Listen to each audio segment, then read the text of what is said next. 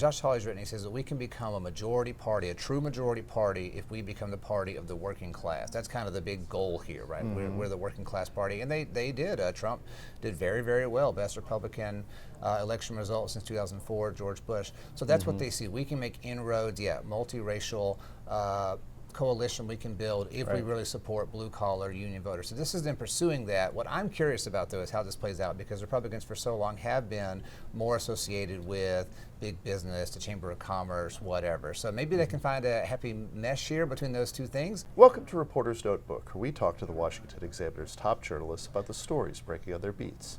I'm Jim Antle, and I'm joined today by White House reporter Haisten Willis.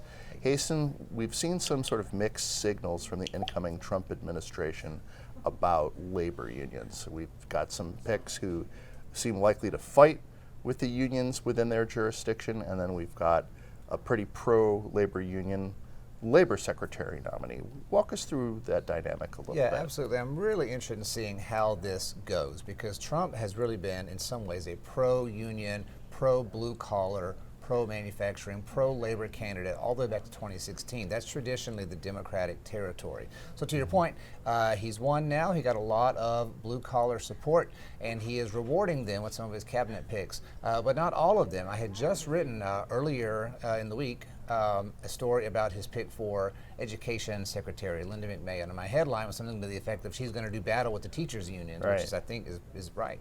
And then Friday night, he makes his flurry of announcements, including his labor secretary, Lori Chavez de Remer. She's a Republican member of the House of Representatives, but is very much a pro-union Republican. She passed this thing called the PRO Act, which is a pro-organizing, pro-labor type of bill. It didn't pass, but it got a ton of Democratic support. Only 3 Republicans in the entire House were for this thing. So she's basically a pro-labor person. She had the big support of the Teamsters president, Sean O'Brien, and she's kind of upset already. Some Republicans, Bill Cassidy, the senator from Louisiana, released a statement saying, what's going on here? Is she going to end our right to work laws and things like that in Louisiana? So yeah, there's definitely some mixed signals on that point.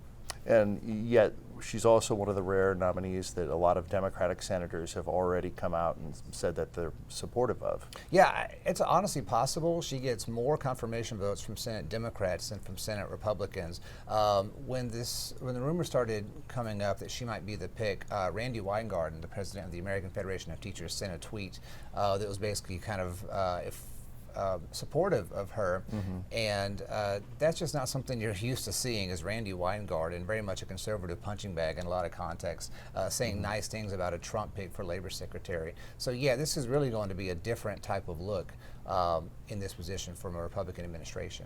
There's also a little bit of a public sector union versus private sector union dynamic here, whereas when the Democrats made their switch from Joe Biden to Kamala Harris, some of these private sector unions stopped their endorsements because they're rank and file members like Trump, whereas a lot of the government unions are still pretty Democratic. Yeah, I think so. That's a distinction you might see, that Republicans, some of them will say, okay, we support private sector unions. If your employer, your private employer has a union, that could be good for you, give you better benefits and pensions and things like that. But not public sector unions. So we'll see if that ends up being kind of a nuance that they do. Private sector unions good, public sector unions bad. But I've actually seen where, again, Chavez de Remer has expressed some support even for public sector unions. So I don't know if that's some support from public sector unions, and from public sector unions as well. Comments. But it's favored, I think, legislation that basically is in favor of and helps public sector unions. So that can be a really big lift